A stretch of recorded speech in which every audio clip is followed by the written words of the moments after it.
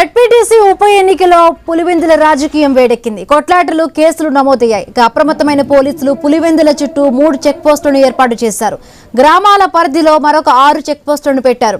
తమకు సమాచారం ఇవ్వకుండా నల్లగొండవారిపల్లిలో ప్రచారం చేయడం వల్లే గొడవలు జరిగాయని డీఎస్పీ మురళీనాయక్ తెలిపారు. టీడీపీ, వైసీపీ నేతలతో పాటు 150 మందిపై కేసులు పెట్టామని స్పష్టం చేశారు.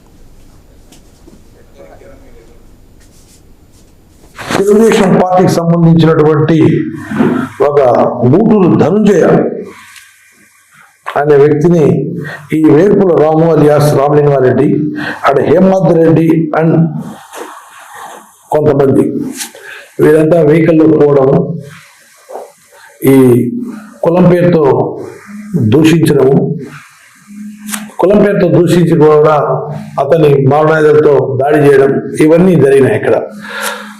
అదే రకంగా అవతల పార్టీ కూడా రిటాలియేషన్ సంబంధించింది వారిపైన దాడి చేయడం, పరస్పర దాడి జరుపుకోవడం.